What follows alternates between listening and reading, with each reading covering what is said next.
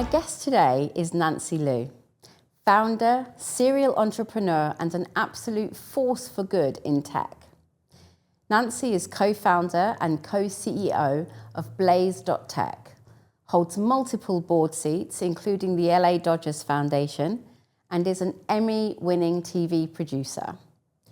We're very proud to say that she's also an advisory board member at Exadel, the AI-first global digital consultancy. She has quite the list of accomplishments. From tech founder, recognized in the 100 Women in AI list and Forbes 30 Under 30, to leading a $34 billion pension fund.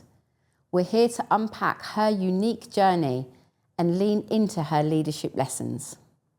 Nanxi, ready to dive in? Let's go. Great. So in the early days of your career, what was the one bet that you made on yourself that everyone else told you was a bad investment? I made a lot of bets on myself. And probably at the time, it would have seemed really like crazy bets, maybe not such great bets. I started a digital signage software company right out of college, not having ever built a digital signage company or knowing anything about the industry. And I remember meeting other people that were in that industry that was like, oh, this is a hard industry to start a company in. You don't want to do this. Or founders that try to start a business in that industry and it didn't work out. And so it was so many different people saying this might not be the one. I mean, I even started a biotech company that worked with polymers. And I had taken a total of 1 chemistry class in my life. But you know what? That digital signage software company grew to be one of the global leaders in the industry. And then for my biotech company that I also started in college, we signed recently a $500 million licensing deal for our technology. And so I would say I made lots of bets on myself. And at the time, I would say it was that I believed in myself, contrary to what any kind of rational person maybe or other data was saying.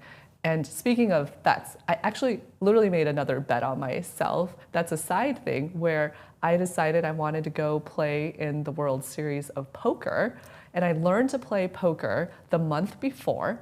I went into play, and then I ended up cashing and was in the top 5% of cash winnings for the 2017 World Series of Poker. So I made lots of bets on myself, and some of them worked out, and of course some of them haven't, but I'm really grateful. The big ones, the big decisions, the ones of starting the companies, I'm glad that, contrary to what maybe the typical data said, I decided I'll take the bet on myself.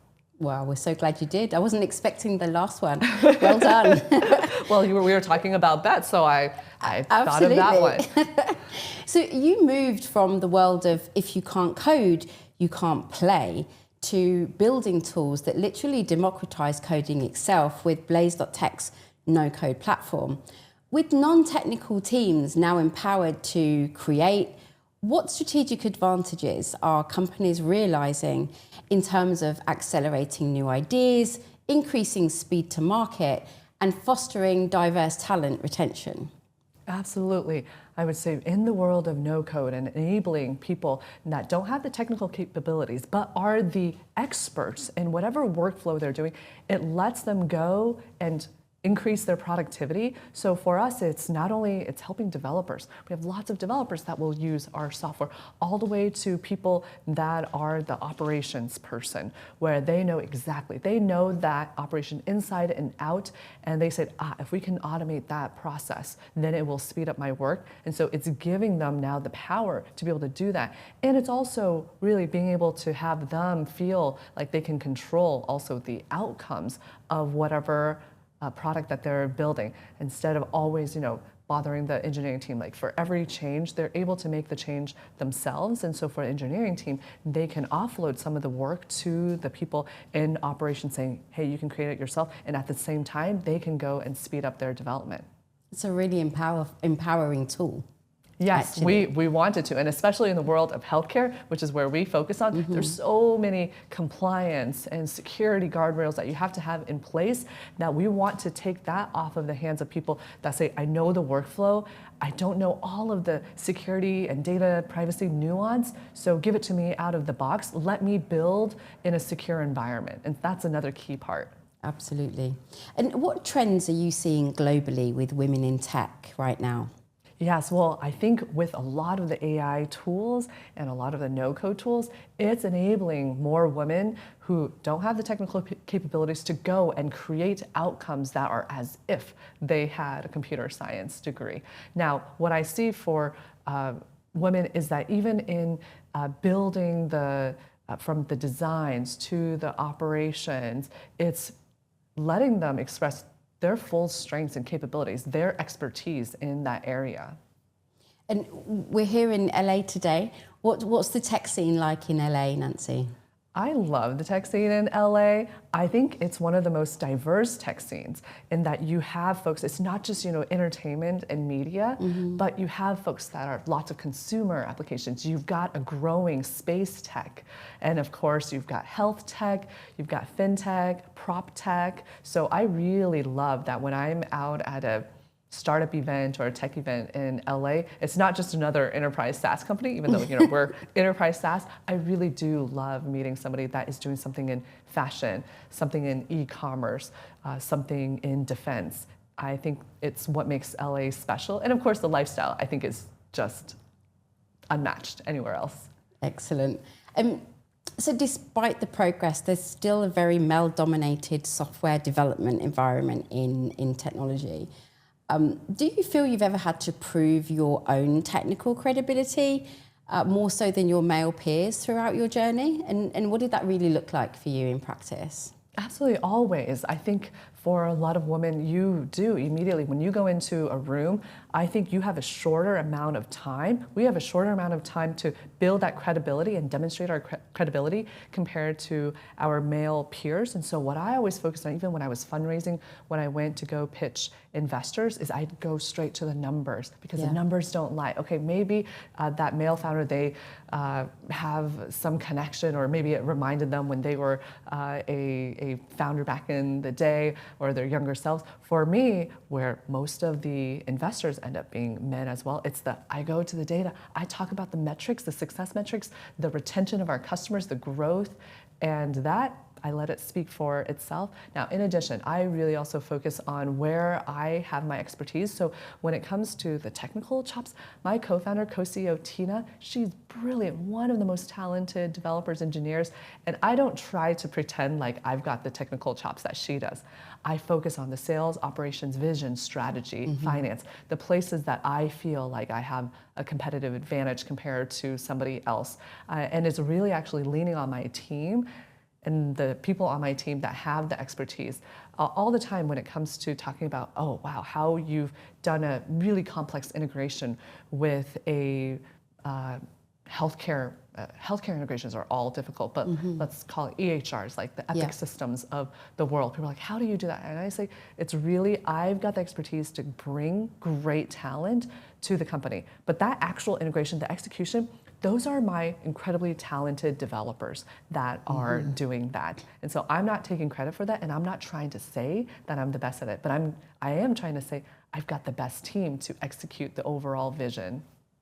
I think you hit on a point there, actually. Our COO says very same thing.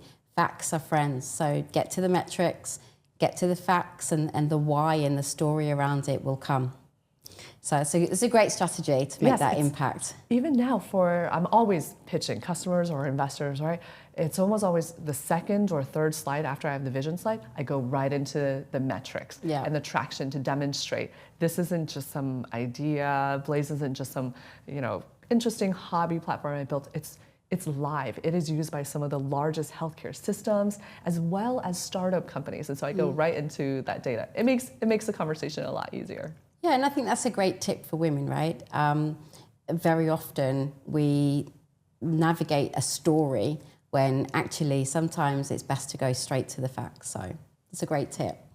Now, with AI accelerating development, how do we define and preserve the critical human intellect to make sure we're building smart and not just fast?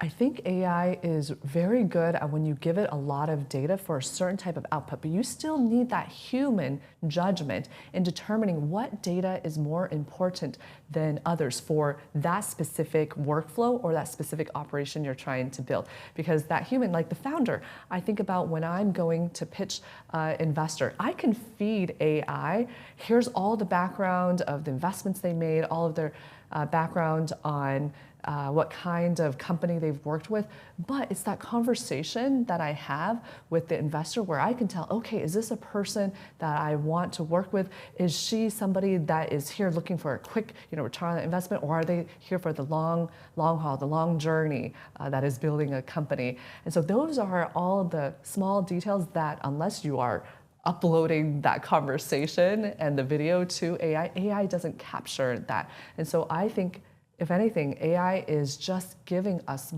just another tool for us for making decisions. Mm-hmm. But at the end of the day, we have to still make the judgment and decide what variables, what assumptions we're giving and feeding to the AI. Absolutely.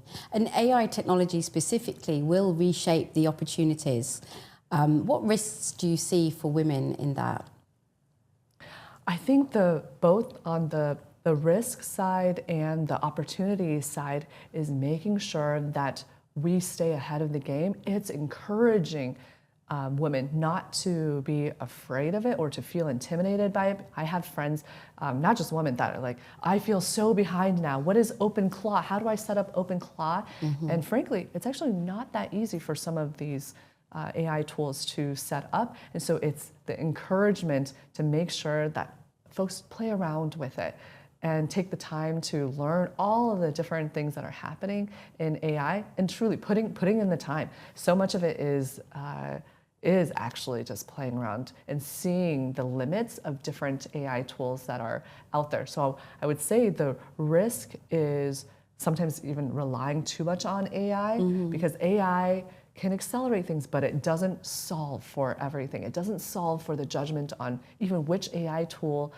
do I use for certain things. I, for example, will use a different AI tool for image generation versus ones if I'm trying to create content versus ones where I am trying to, update a spreadsheet. Yeah. In fact, all three use cases, I use different AI tools. Yeah, and it's good to have some fun with it, right? And understand which one fits you and which one you're most comfortable with. At Exadel, we've launched an AI Academy. So we're encouraging all of our employees to really get on board with the AI journey and develop that skill for themselves naturally, very organically, in what they're interested in, and not just what they need for their job. I love that. It's part of the curriculum that we Absolutely. Have for onboarding employees now too. And in fact, now when I interview employees, it's less about trying to figure out, did you use AI in helping complete this assignment or this task in the interview process. In fact, I go ahead and ask, what AI tools did you use? And if you didn't, why didn't you use it? Or what place did it assist you with? Now, there are some assignments where I'm like, that was such a full, you didn't even try to edit anything yourself, and it was just AI. I see the M dashes like throughout, littered across the assignment. It's like, all right, now how AI savvy are they? Do they know there's some easy kind of ways to recognize if you use AI? And you have to make it a little bit more, I think people don't want to know you just sent them something that was fully generated in AI, right? You want to have that personal touch. Nanxi, what's been your leadership approach in the high energy, move fast, break things mentality of Silicon Valley? And what challenges have you faced? How much time do we have? As much as you want. So many different challenges all the time. And now I worked in an environment where with startups, you want to move really quickly, but I've also built companies where compliance is a really big part of what we build. So for Blaze, because we work in healthcare, yes, we want to move quickly, but we also have to work within the guardrails of compliance and security in our space. And so I would say we actually do way more testing and QA than the typical startup company.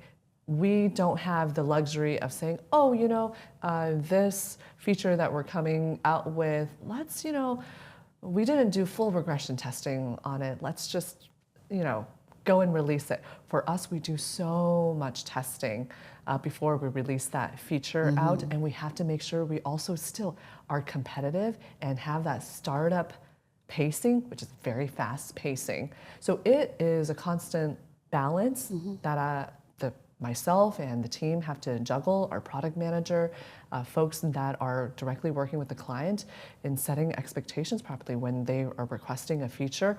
It's, if we were a regular startup, we could probably go and put it in the next sprint and have it released, maybe 2 weeks. But for Blaze, because we also have so many clients on production, they're massive healthcare systems, we just have to be much more careful. So every day it is something that we always think about, we talk about, we improve the systems in the company so that the compliance and security and the testing piece is just part of our everyday norm.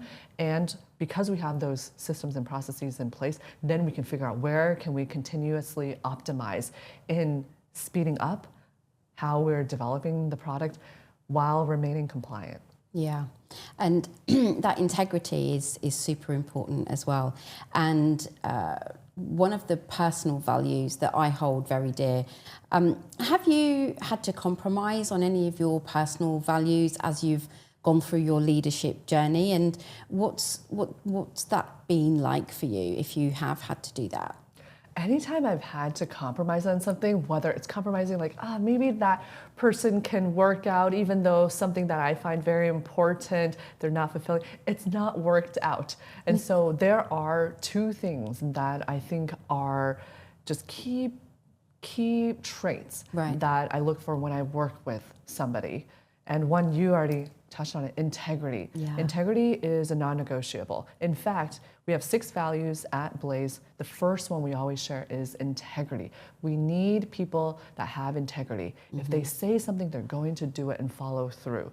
And because again, we work in a trust space. Healthcare is so much is about trust. Yeah. And we need to make sure that we're delivering trust in all of the product that we share with the clients as well as all the interactions. If we tell a client we're going to hit this deadline and help them launch their application by a certain time, we hit that deadline. Now, if something comes up, we immediately communicate with that. And that's all part of integrity. The second thing that is so important is excellence. It's a very big part of all the things that I do in my life is seeking excellence. How do I do the absolute best? Now that doesn't mean, I play video games on the side. There was a time even in my life where I wanted to seek excellence there. I hired a coach even for playing video games. But I think that's just kind of how I operate, and I want and encourage our company. Excellence is another one of our values. It means that everyone is excellent at what they do. It doesn't mean they're excellent in every single thing, but what I hire them to do and what their responsibility is on the team, they have to be head and shoulders better than anyone else at it. When I hire a salesperson, and I did sales for the company, but when I hire a new salesperson, I tell them, I'm hiring you because I'm expecting you to do 2 or 3 times better than me at sales. You're going to tell me and bring in experiences you had in other sales role into making this position excellent and expressing excellence in what you do. When I hire even the technical writer, it's the same thing. I'm hiring you to be excellent. We can't settle for mediocrity because when you're building a startup, you're competing against the Goliaths of the world. And if you can't be excellent, you're just not going to survive because you're a smaller company. And so for everything that I do, it is about having that mentality of excellence.